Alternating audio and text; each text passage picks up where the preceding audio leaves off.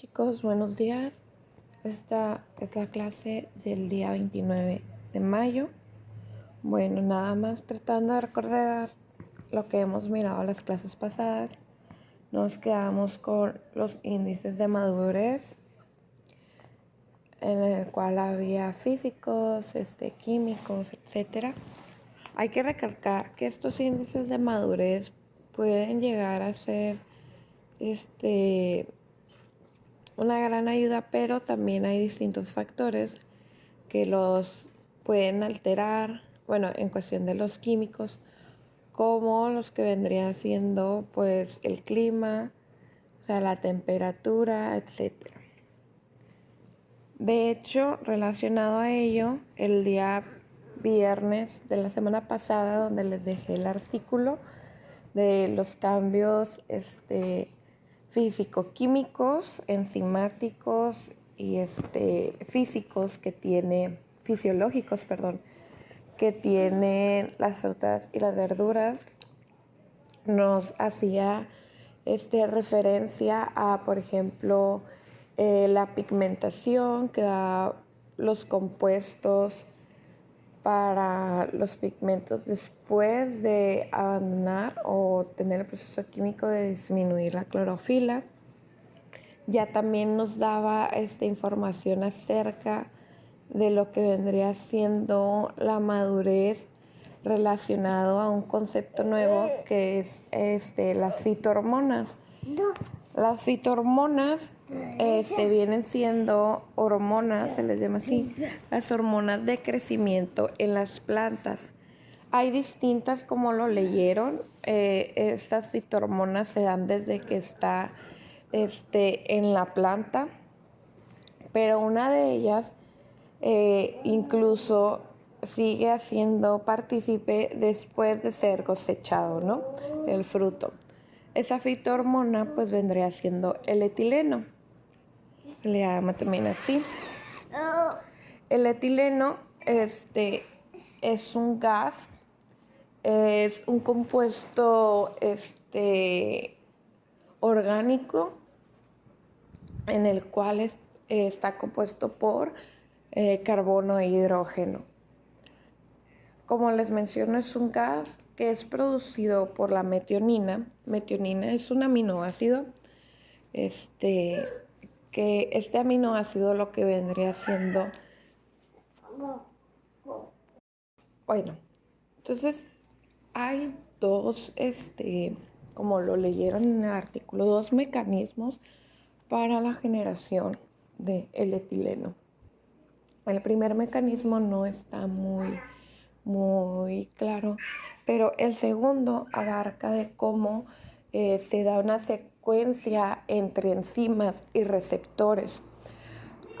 Yo sé que todavía no van a ver lo que es una enzima, bueno, ya quizás lo vieron en biología y todo, pero pues las enzimas son proteínas complejas, proteínas con una estructura más grande, la cual se les llaman catalizadores biológicos porque aceleran reacciones 1000 veces más. Incluso nosotros en todo nuestro proceso biológico se viene dando por enzimas, que esas enzimas van tanto haciendo compuestos como deshaciendo compuestos. De hecho, nuestra alimentación, por ejemplo, el mismo hecho que nosotros nos pongamos el bocado de alimento en la boca y empecemos a masticar, bueno, los factores del masticar y la saliva es lo que va haciendo que el alimento se vaya deshaciendo. No sé si les ha tocado, bueno, sí, a todos, ¿no? Por eso la importancia de masticar. Pero en la saliva nosotros también tenemos enzimas y esas enzimas pues se van encargando de ir cortando estos compuestos que tienen el alimento e irlo digiriendo un poquito más. Por eso es la importancia de masticar bien tus alimentos. Bueno, ya me pasé de un tema a otro. El etileno es importante, bueno, el proceso se expresa claramente en los frutos climatéricos, en los no climatéricos, pues no. El etileno también, así como les comentaba de los índices de cosecha, en el cual se ve afectado por distintos factores. Uno de ellos claramente es la temperatura.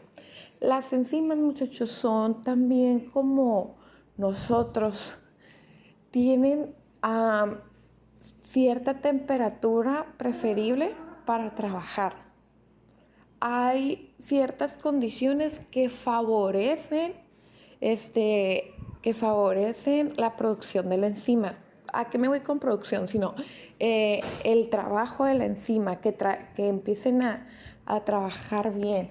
Entonces, a ello está la temperatura. La temperatura es un grandísimo factor. Entonces, la temperatura, hacer este factor que hace que a cierta temperatura las enzimas trabajen mejor o estén en su punto óptimo, pues, de trabajo, ¿no?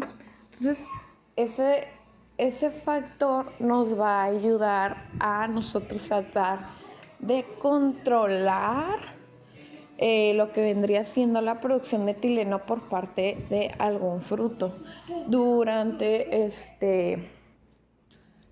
su proceso de empacamiento, etcétera.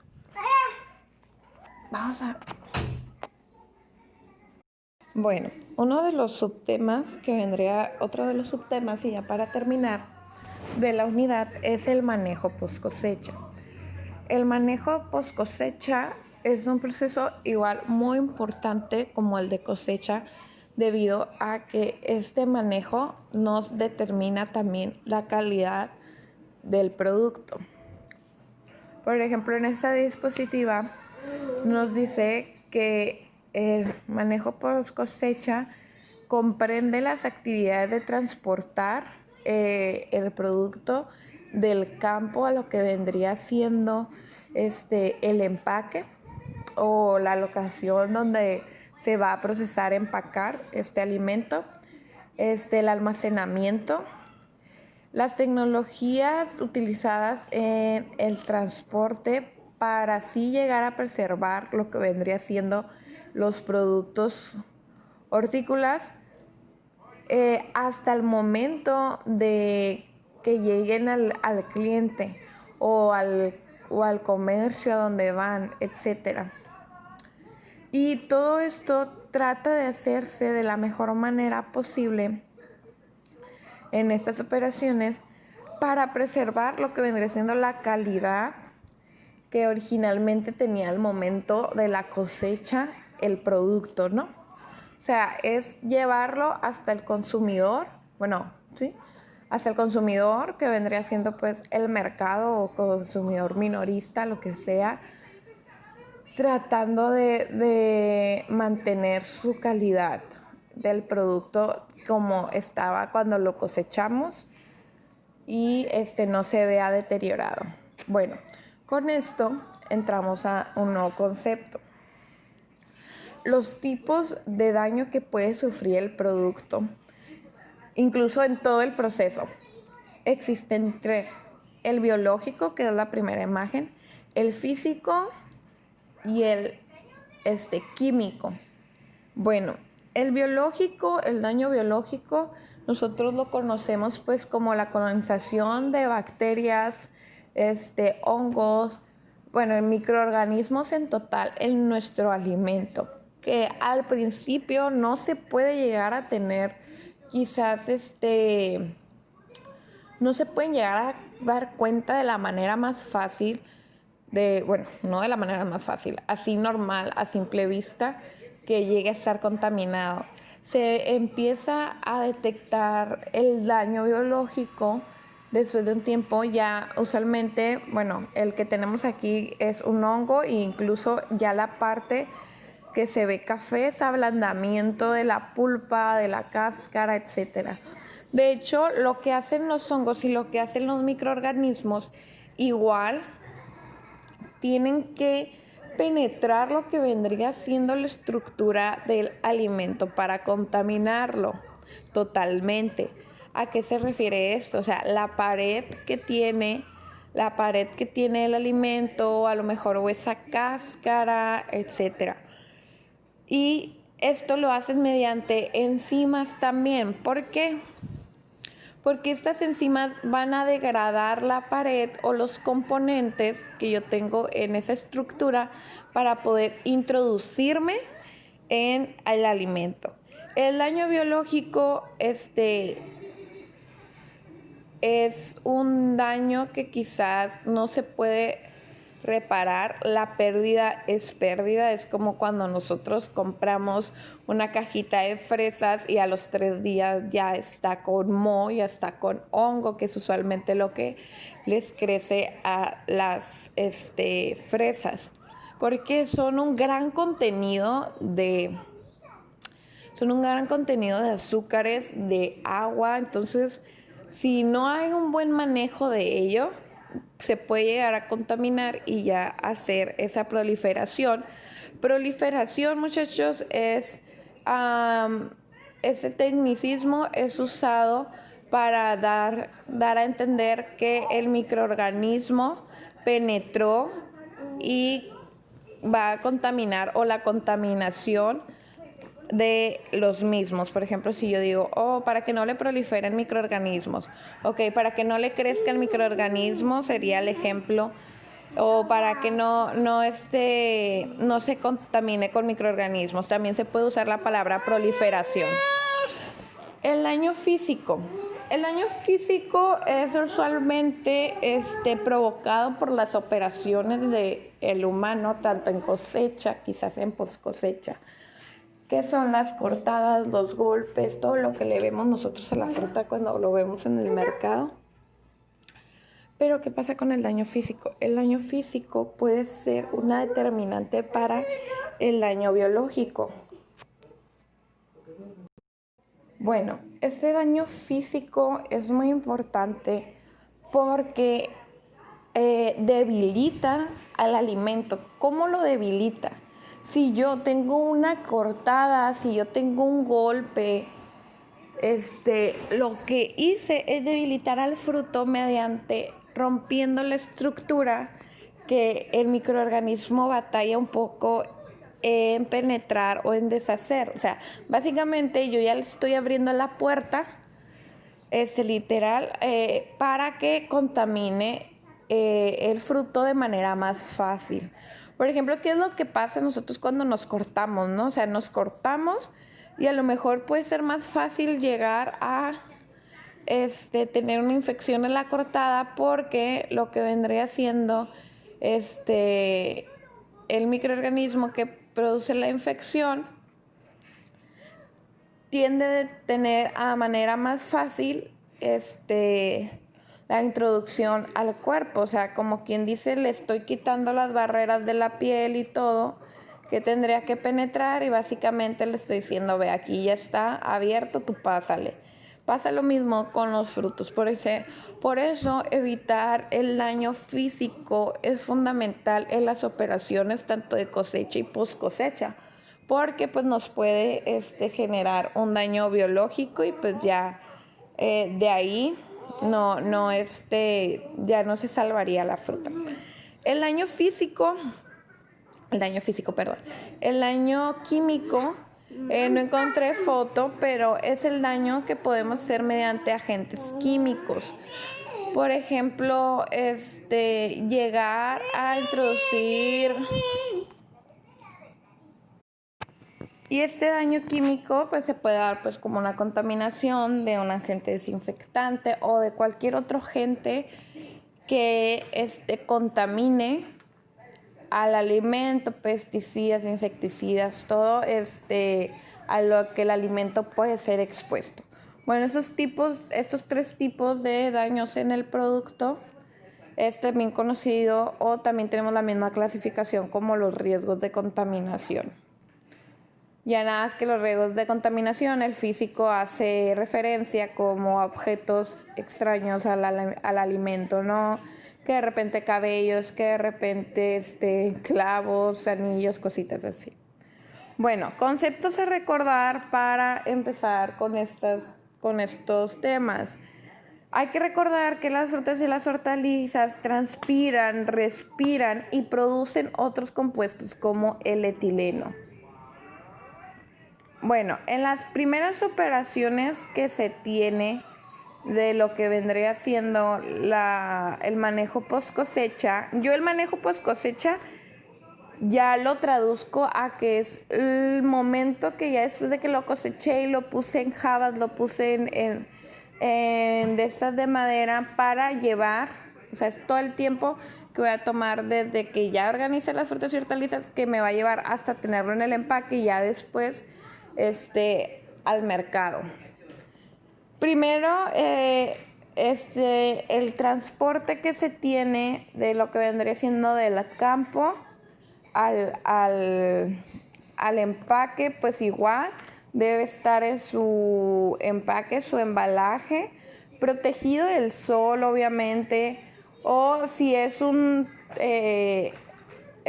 camino corto y pues no lo traes protegido, pues no hay problema, pero si es un camino largo, obviamente sí. Y de igual manera el transportista pues debe tener sanitizadas las instalaciones del transporte del vehículo, porque pues al fin de cuentas no hay que olvidar que estamos transportando alimento. Llegando al empaque, hay diversas pasos que se lleva a cabo. Bueno, uno de ellos que incluso puede ser entre el primer paso, segundo o tercero, es la selección. Yo puedo llegar a hacer una preselección de mis productos antes de procesarlos. ¿Por qué? Pero se supone que desde cosecha, dependiendo de cuál cosecha o cuál método o sistema utilicen, si es el manual o el mecánico, pudiera llegar a ser un filtro. Por ejemplo, en el manual, pues yo obviamente si estoy cosechando un manzana de tipo manual, pues me voy fijando cuál está bien y cuál no, en las características o en los índices que como conocemos. O sea, si yo la veo golpeada, pues obviamente no la voy a mandar al empaque. Si yo la veo con ablandamiento, como las fotos que les decía, pues no la voy a mandar al empaque, porque al fin de cuentas la vida útil que va a tener de aquí al empaque, pues no llegaría. Entonces, pero en la cuestión mecanizada, puede que si no, como es totalmente con máquina, pues no, la máquina no va a seleccionar cuál es la mejor o cuál no. Entonces, por eso llegando al empaque se puede llegar a hacer una tipo selección donde retiremos frutas, hortalizas con signos de daños, con signos no favorables para los siguientes procesos. Después de la selección tenemos lo que vendría siendo el preenfriamiento. Este preenfriamiento hay que recordar que del campo los cultivos vienen generando calor. Aparte, quizás venían de un ambiente, o sea, de estar abajo del sol. El manejo de las personas, nosotros también transmitimos calor. O sea, ustedes agarren una fruta del refri, ténganla en su mano por más de, no sé, qué les gusta, 10 minutos. Obviamente yo voy a empezar a transferir mi calor hacia el alimento. Eso es cuestión de termodinámica. Empiezo a transferir mi calor y con el calor se empiezan a llevar las reacciones enzimáticas o etcétera, un ablandamiento. Entonces, el preenfriamiento tiene como objetivo disminuir ese calor que se está generando por parte todavía del alimento, ya sea por su transpiración, por su respiración, incluso porque está produciendo energía. Es un método efectivo para la calidad y del producto. Aquí nos comenta que los vegetales usualmente son mantenidos a temperaturas bajas para los resultados tener, que tienen como resultados el preenfriamiento. Es el primero que nada nos dice que disminuye o suprime o inhibe más que nada la degradación enzimática, como les decía, ese ablandamiento a través de la respiración. Entonces, al suprimir la reacción enzimática, pues tengo un proceso de maduración más lento. Con ello, pues mi alimento no presenta ablandamiento, no presenta otras características y tiene un poco de vida, bueno, no un poco, tiene mayor vida de anaquel. Entonces, el preenfriamiento pues tiene estos objetivos. También disminuye o inhibe la pérdida de agua de lo que vendría siendo el alimento. ¿Qué pasa con la transpiración? Incluso también con, el ejemplo de nosotros. ¿Por qué es cuando sudamos? Pues cuando sudamos es cuando se nos está presentando o estamos generando calor, porque incluso también en el ambiente pues está otra temperatura, más que nada caliente, y tratamos de regularnos. Entonces, igual pasa con las frutas y hortalizas. Si no se presenta otra temperatura externa, pues inhibe o disminuye esta pérdida de agua. Luego, también de los más importantes, inhibe o disminuye el crecimiento microbiano, tanto de bacterias y hongos. Quizás ya venían un poco con presencia de microorganismos, pero los microorganismos, los van a ver en microbiología, tienen varios factores para crecer y uno de ellos es la temperatura. Entonces, algunos microorganismos como las bacterias y los hongos crecen de manera mucho más lenta a temperaturas bajas. Entonces, con esta disminución o esta inhibición, pues estamos quitando varios factores que nos afectarían. Y también reduce la producción de lo que vendría siendo el etileno, o pues minimiza la cantidad de el etileno, o la cuestión de la reacción. Como les decía, la reacción del etileno es una cadena, una secuencia de enzimas. Entonces, sí, también en las enzimas pues se suprimen por la temperatura. Es muy importante este preenfriamiento y hay distintos métodos. Están las cámaras. Las cámaras son como almacenes en el cual pues se tiene a una temperatura, fíjense, no de congelación. No estoy hablando de una cámara frigorífica.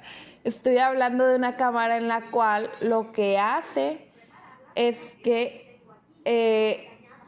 toma, como quien dice, el calor desprendido de los vegetales, lo saca de la cámara y pues introduce aire fresco.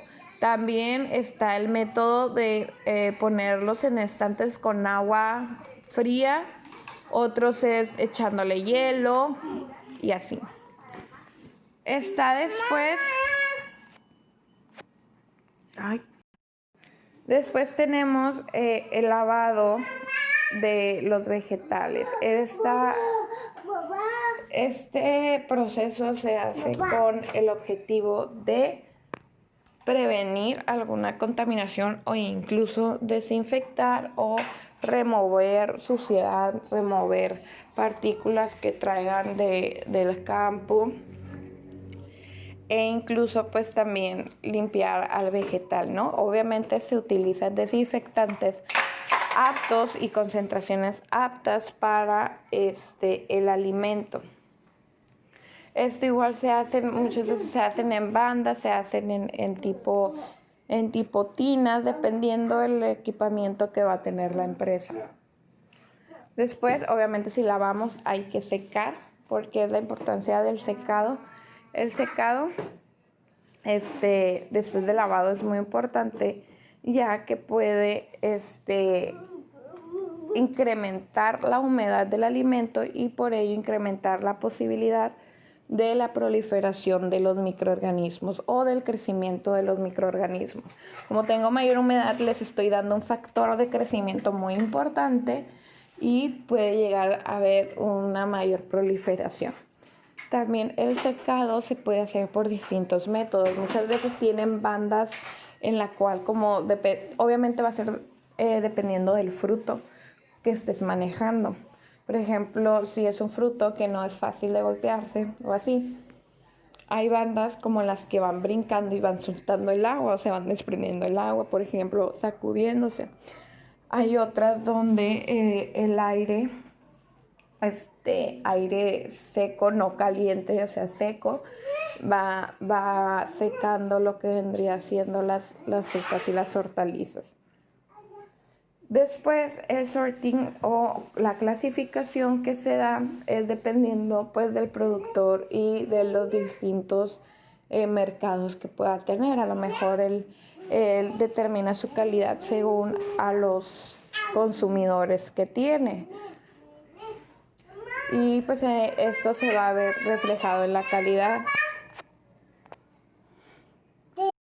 Después tenemos lo que es el encerado. Bueno, el encerado es la aplicación de una cera que se obtiene y esto se usa después ya de todo el proceso que les digo, de lavado, secado, etcétera, para añadirle brillo al producto y también no solamente añadirle el brillo y se vea un poquito más atractiva, nos ayuda como una capa protectora para proteger lo que vendría siendo la superficie.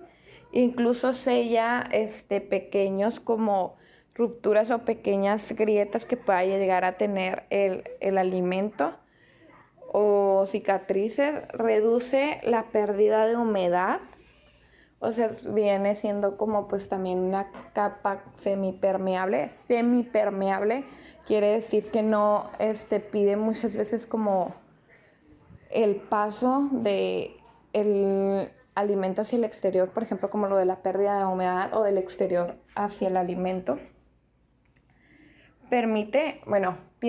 Es semipermeable porque tiene que permitir la respiración del alimento normal.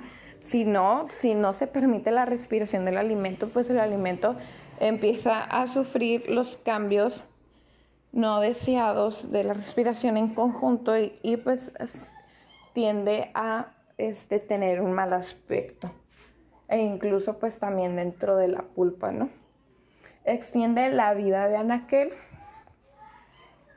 Y pues obviamente favorece la apariencia. La aplicación de las ceras son mayormente, bueno, aquí está en la presentación. Las ceras son mezclas de ésteres de alta masa molecular constituidos por ácidos grasos. O sea, estamos hablando que son lípidos, son grasas.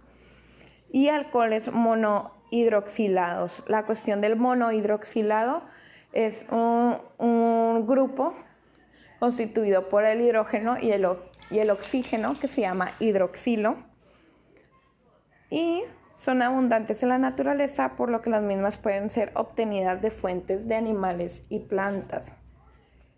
El uso es más bien para los frutos no climatéricos por la cuestión de la respiración. Bueno, también, mentira, me equivoqué.